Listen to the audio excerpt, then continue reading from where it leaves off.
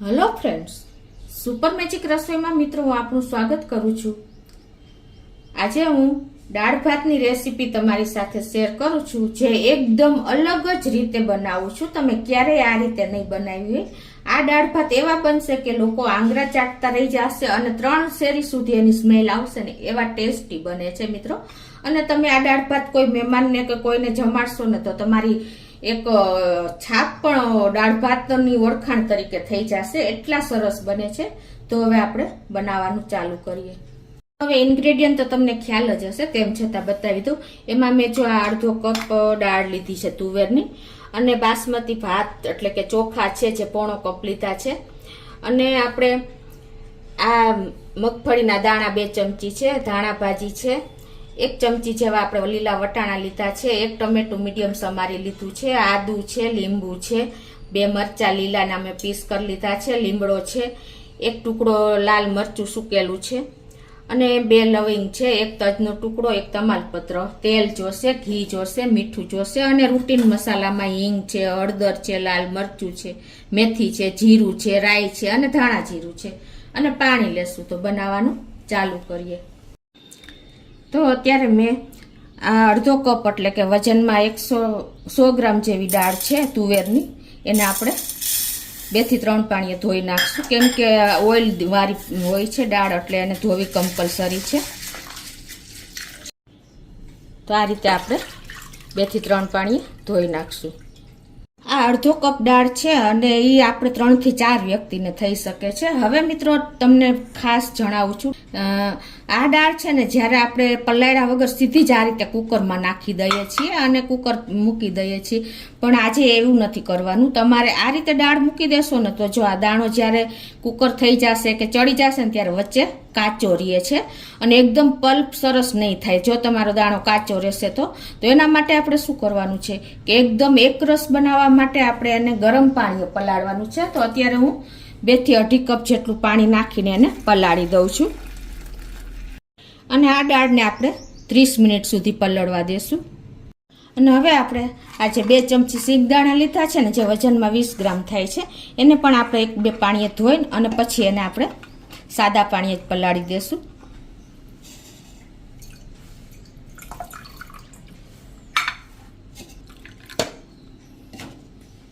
તો હવે દાળ પલળે છે ને ત્યાં સુધી આપણે સિંગદાણાને પણ પલળવા દઈએ।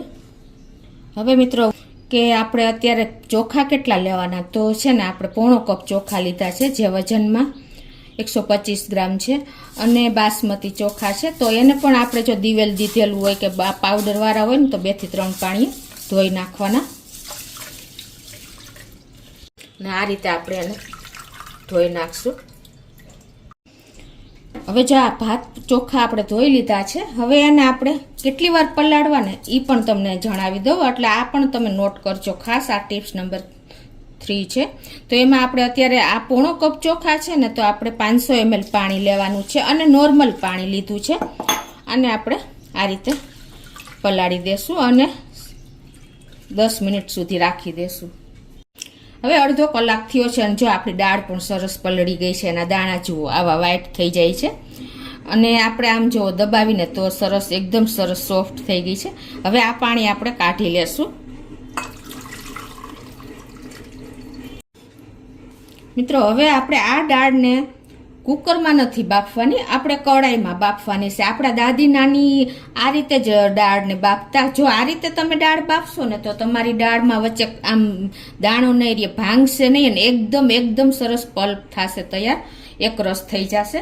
તો હવે એના માટે આપણે ગેસ ઓન કરીને આમાં આપણે આ અડધો કપ દાળ છે, તો અત્યારે 1 લીટર ને 200 ml પાણી મૂકું છું।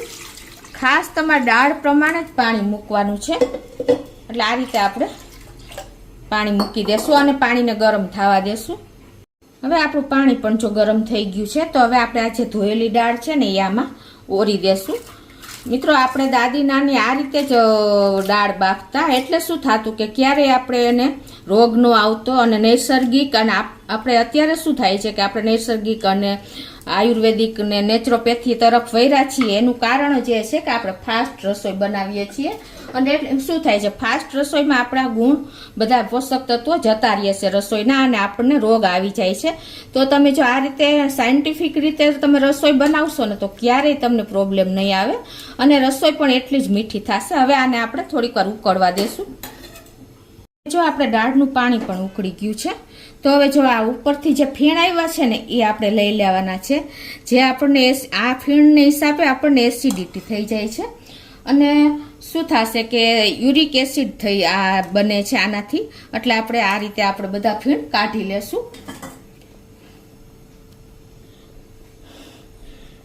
આપણા નાની દાદી આ રીતે જ આવી રીતે જ દાળ બનાવીને ઉપરથી જે આવે ને લઈ લેતા, એટલે ક્યારેય આપણને પ્રોબ્લેમ ન આવતો, રોગ ન થતા, ક્યારેય આપણે દવાખાને ન જવું પડતું, કે ક્યારેય આપણે કોઈ પણ સહારો દવાનો ન લેવો પડતો મિત્રો. એટલે ખાસ તમે આ નોટ કરજો, જ્યારે કોઈ પણ દાળ તમે બનાવો ને ત્યારે તમારા ઉપરથી લઈ લેવાના છે સફેદ ફીણ. આ રીતે જો આપણે બધા ફીણ લઈ લીધા છે, અને હવે આપણું પાણી પણ તમે જોઈ શકો છો એકદમ ક્લીન જ થઈ ગયું છે. હવે આ દાળ આપણે પ્રોપર છે દાળનું પાણી. હવે એમાં આપણે મસાલા ખડા કરી લેશું. તો એમાં અત્યારે આપણે એક ટુકડો તજનો નાખશું, એક તમાલપત્ર અને 2 લવિંગ નાખી દેશું, અને 1/4 ટીસ્પૂન જેવું આપણે મીઠું નાખી દેશું, અને 1/4 ટીસ્પૂન જેટલી આપણે હળદર પણ નાખી દેશું. તમને એમ લાગતું હશે કે ખડા મસાલા આટલા બધા રૂટીન દાળમાં કેમ, પણ મિત્રો ખડા મસાલા પણ આપણા હેલ્થ માટે જરૂરી છે. કેમ કે જો તજ છે, આપણે તમાલપત્ર છે ને બ્લડ સુગર માટે કામ કરે છે, અને જે લવિંગ નાખ્યા ને એ લવિંગ પણ આપણા દાંત માટે છે, આપણા શરીરમાં સોજો આવે છે, દુખાવો થાય છે, તો એ બધામાં આપણને બેનિફિટ છે લવિંગને હિસાબે. એટલે આપણે રૂટીન જો આ મસાલા આપણે ગરમ મસાલો નથી વાપરવાનો, પણ આપણે આ ખડા મસાલા વાપરશું ને તો એનું એસેન્શિયલ ઓઇલ છૂટું પડશે, અને એના બધા ગુણ આપણને મળી રહેશે મિત્રો. તો ખાસ તમે આ નાની નાની ટિપ્સ નોટ કરજો. અને હવે આને આપણે ઢાંકીને 10 મિનિટ થવા દેશું, પછી આપણે એકવાર જોઈ લેશું. અને ગેસની ફ્લેમ આપણે મીડિયમ રાખશું. તો હવે આપણે જો આ ભાત પણ ધોઈ લેશું, જે પાણી પલાળવા રાખ્યું છે ને એ કાઢી લેશું આ રીતે. હવે આપણે ગેસ ઓન કરીને એક પેનમાં આપણે આ જે પોણો કપ આપણે ભાત લીધા છે ને, તો આપણે 1 લીટર અત્યારે પાણી લઈએ છીએ. અત્યારે ગેસની ફ્લેમ મીડિયમ રાખી છે. હવે આમાં આપણે અડધી ચમચી જેવું મીઠું નાખી દેશું, અને આપણે 1 ચમચીથી 1.5 ચમચી જેવા આપણે વટાણા નાખી દેશું. આપણે જે બહાર ભાત ખાઈએ છીએ પ્રસંગમાં એ આ રીતે જ બને છે. અને હવે એમાં આપણે જે આ ભાત ધોઈને રાખ્યા છે ને એ ઓરી દેશું. મિત્રો આપણે તમને ખાસ જણાવી દઉં, જે બિગનર્સ છે, બેચલર છે, એ લોકોને ઘણાને ખ્યાલ નથી હોતો કે બેઠો ભાત શું કહેવાય અને આપણે ઓસાવેલો ભાત શું કહેવાય. જો મિત્રો આપણે આ પાણી મૂક્યું છે ને એ પાણી આપણે ભાતમાંથી કાઢી લઈએ ને તો એ ઓસાવેલો ભાત કહેવાય, અને જો આમાં આપણે ભાત થવા દઈએ અને પાણી બધું શોષાઈ જાય ને તો એ બેઠો ભાત કહેવાય. અને હવે આમાં આપણે ભાત નાખ્યા પછી 1 ચમચી જેવું તેલ નાખી દેશું. એના હિસાબે આપણો ભાત એકદમ છૂટો બનશે. અને હવે આને આપણે આ રીતે હલાવી લઈએ, એટલે શું થશે, તેલના હિસાબે આપણો ભાત એકાબીજાને સ્ટીક પણ નહીં થાય. અને ગેસની ફ્લેમ મીડિયમ છે ને આપણે એને થવા દેશું ખુલ્લું જ. હવે 10 મિનિટ જેવું થયું છે, તો આપણે દાળ પણ જોઈ લઈએ. જો એકદમ સરસ આપણી દાળ ઉકળી સરસ તૈયાર થઈ છે. જો આપણે ચેક કરી લઈએ. હજી આને આપણે 10 મિનિટ જેવું થયું છે, તો આજે આપણે આને 7 થી 8 મિનિટ જેવી રાખી દઈએ ઢાંકીને, એટલે એકદમ પ્રોપર દાણો થઈ જાય તૈયાર. તો 5 મિનિટ જેવું થયું છે, અને જો આપણા ભાત પણ હવે જોઈ લઈએ. તો આપણો ભાત પણ એકદમ સરસ ચડી ગયો છે, જો છે ને. તો હવે એને આપણે ઓસાવી લઈએ. તો પહેલાં તો આપણે જો બહાર લગ્ન પ્રસંગમાં ભાત જોઈએ છે તો એકદમ વ્હાઈટ હોય છે. વ્હાઈટ બનાવવા માટે શું કરવાનું, એવો જ આપણે ભાત બનાવવો હોય તો એમાં આપણે 4 થી 5 ટીપા એટલે કે અડધા લીંબુનો રસ નાખી દેશું આ રીતે. એને હિસાબે આપણો ભાત એકદમ વ્હાઈટ થશે, અને આપણે જે હોટલમાં જોઈએ છીએ, પ્રસંગમાં જોઈએ છીએ એવો એકદમ કલર આવશે. તો હવે આપણો ભાત રેડી છે, અને હવે આને આપણે ગેસ બંધ કરી દેશું, અને એક આપણે ઝારામાં ઓસાવી લેશું, પાણી નિતારી લેશું આ રીતે. તો મિત્રો જો આપણો ભાત એકદમ છૂટો થઈ ગયો, જો તમને ખ્યાલ આવી જતો હશે, જો છે ને એક એક દાણો દેખાય છે, આટલો વ્હાઈટ ભાત થઈ ગયો છે અને એકદમ છૂટો. એનું રીઝન મેં તમને બતાવ્યું કે આપણે તેલ નાખ્યું છે, મીઠું નાખ્યું છે અને લીંબુ એન્ડમાં નાખ્યું છે, એટલે વ્હાઈટ પણ દેખાશે અને છૂટો પણ થાય છે.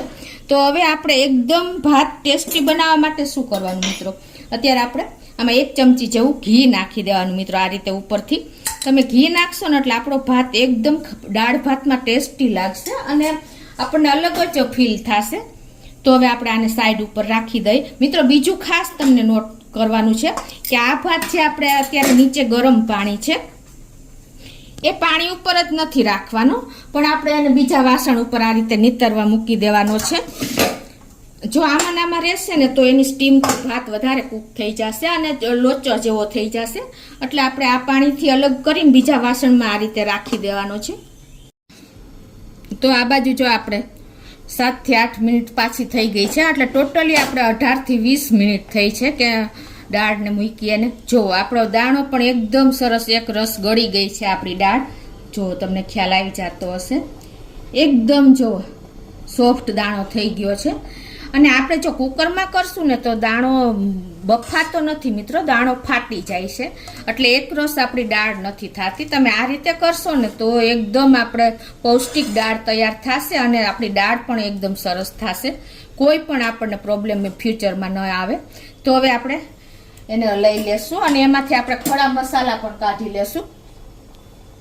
તો પહેલાં તો હવે આપણે જો આમાંથી ખડા મસાલા બધા લઈ લેશું, તજ, તમાલપત્ર અને લવિંગ. હવે મિત્રો આપણે જે દાળ પેલા બ્લેન્ડરથી નથી કરવાની, પણ આપણે ઝેણી દેશી ઝેણી આવતી એનાથી જ તમે આ રીતે કરશો ને તો પણ એક રસ દાળ થઈ જશે. તો આ રીતે જો આપણે સરસ દાળ તૈયાર થઈ ગઈ છે, એક રસ એકદમ સરસ. જો આપણે કુકર વગર પણ આટલી સરસ દાળ થઈ શકે છે. હવે આપણે વઘાર કરી લેશું. તો હવે આપણે એક પેનમાં 1 ટેબલ સ્પૂન જેવું તેલ અને 1 ટેબલ સ્પૂન જેવું આપણે ઘી મૂકી દેશું મિત્રો. ઘીનો ટેસ્ટ આમાં બહુ સરસ આવે છે, એટલે તમે એક વખત આ ચોક્કસ ટ્રાય કરજો. અને હવે આપણે ગેસની ફ્લેમ અત્યારે મીડિયમ રાખી છે. તો હવે આપણે મીડિયમ ફ્લેમ ઉપર તેલ પણ ગરમ થઈ ગયું છે, તો 1 ટીસ્પૂન જેવી આપણે રાઈ એડ કરશું, 1/4 ટીસ્પૂન જેવું આપણે જીરું એડ કરશું અને 1/4 ટીસ્પૂન જેટલી આપણે હિંગ એડ કરશું અને 1 લીમડાનું પત્તા આપણે નાખી દઈશું. અને હવે આપણે જે ખડા મસાલા કાઢ્યા હતા ને એ પણ નાખી દઈશું. આ તજ ને લવિંગ ને તમાલપત્ર અને 1 સૂકું લાલ મરચું આપણે નાખી દઈશું. અને મિત્રો હવે આપણે 1 લીલું મરચું સમાયેલું છે એ પણ નાખી દઈશું અને આને આપણે સેજ ક્રકલ થવા દઈશું. ગેસની ફ્લેમ મીડિયમ ફ્લેમ ઉપર જ આ પ્રોસીજર આપણે કરવાની છે. અને હવે આપણે જે આ ટમેટું લીધું છે ને, 1 મીડિયમ સાઇઝની મેં નાના પીસ કર્યા છે એ નાખી દઈશું.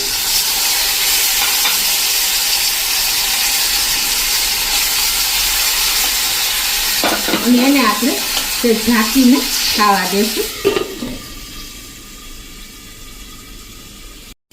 તો 1 મિનિટ જેવું થયું છે ટમેટા નાખ્યા પછી, અને જો આપણે ટમેટા પણ સરસ કૂક થઈ ગયા છે.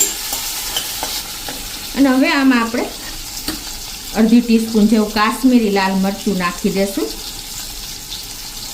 અને આપણે જે આ સિંગદાણા પલાળ્યા હતા ને એને આપણે પાણી નિતારીને હવે નાખી દઈશું. અને આ બધું આપણે સરસ મિક્સ કરી લેશું. અને 1 ચમચી જેવો આપણે ગોળ પણ નાખી દઈશું.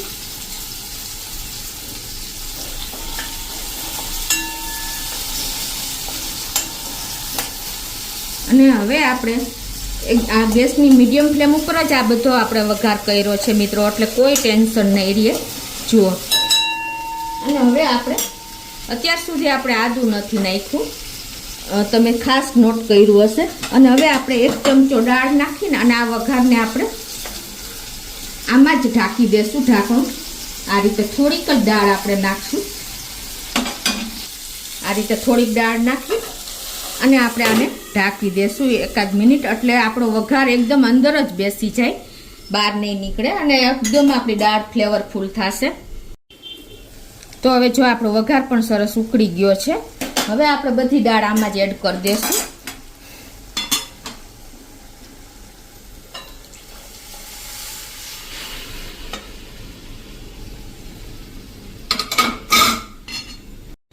તો જો અત્યારે આપણી દાળ એકદમ સરસ પરફેક્ટ આપણે બધી કન્સિસ્ટન્સી છે. જુઓ હવે આને આપણે 5 મિનિટ જ ઉકાળીએ છીએ તો આપણે દાળનો ટેસ્ટ નથી આવતો. કેટલો ટાઈમ ઉકાળવીને એ પણ તમે નોટ કરજો. હવે જો આપણે આ રીતે બિલકુલ આપણે જુદું પાણી નથી નાખ્યું. જો તમારે પાણી આ સ્ટેજે જરૂર પડે ને તો તમારે ઉકાળેલું પાણી નાખવાનું છે. ખાસ નોટ કરજો. જો તમે ઠંડુ પાણી કે કાંઈ પણ નોર્મલ પાણી નાખશો ને તો તમારી દાળનો ટેસ્ટ એકદમ સરસ નહીં આવે. એટલે અત્યારે મારે દાળની કન્સિસ્ટન્સી બરાબર છે. હવે આને આપણે છે ને 10 મિનિટ કમસે કમ ઉકાળવાની છે. તો એ પહેલાં આપણે હવે એમાં ટેસ્ટ આ સ્ટેજે તમારે ટેસ્ટ કરી લેવાનો છે. તો અત્યારે હું 1 ટીસ્પૂન જેવું મીઠું નાખી દઉં છું. અને હવે એમાં આપણે આ સ્ટેજે આદું નાખવાનું છે. એટલે એકદમ સરસ એનો ટેસ્ટ આવશે આદુનો. મેં 1 ઇંચ આદુના ટુકડાને ગ્રેટ કરી લીધું છે, એ નાખી દેશું. ને અડધી ચમચી જેવી આપણે ધાણા જીરું પણ નાખી દેશું. અને હવે આને આપણે 10 મિનિટ કમસે કમ 10 મિનિટ ઉકાળશું. જેટલી દાળ ઉકળશે ને એટલો સરસ ટેસ્ટ આવશે. એટલે હવે આને આપણે ઉકળવા દેશું મીડિયમ ફ્લેમ ઉપર. અને મિત્રો આ સ્ટેજે તમારે જો કોકમ નાખવા હોય ને તો અત્યારે 10 મિનિટ ઉકળે ને ત્યારે કોકમ નાખી દેવાના છે. એટલે તમારે સરસ એમાં કોકમનો ટેસ્ટ આવી જશે, ખટાશનો. પણ અત્યારે હું લીંબુ નાખું છું. તો દાળ તૈયાર થઈ ગયા પછી એન્ડમાં આપણે લીંબુ નાખશું. તો 10 મિનિટ થઈ ગઈ છે અને જો આપણી દાળ પણ સરસ ઉકળી ગઈ છે. તમને ખ્યાલ આવી જતો હશે. આવી કન્સિસ્ટન્સી પરફેક્ટ છે. જુઓ છે ને મિત્રો. તો હવે આપણે ગેસ બંધ કરી દેશું અને લાસ્ટમાં આપણે 1 લીંબુનો રસ નાખી દેશું. લીંબુનો રસ મિત્રો આપણે દાળ પરફેક્ટ તૈયાર થયા પછી જ નાખવાનું છે. એટલે એનો ગુણ પણ જળવાઈ રહેશે અને ટેસ્ટ પણ સરસ આવશે. તો આ રીતે આપણે 1 લીંબુને નીચોવી દેશું. અને લાસ્ટમાં આપણે થોડી એવી ધાણા ભાજી પણ નાખી દેશું. તો મિત્રો આપણી એકદમ પરફેક્ટ ગુણોથી પોષક તત્વોથી ભરપૂર એવી દાળ તૈયાર થઈ ગઈ છે. જુઓ તમે. તો હવે એને આપણે સર્વ પણ કરી દેશું. તો હવે એક બોલમાં આપણે કાઢી લેશું.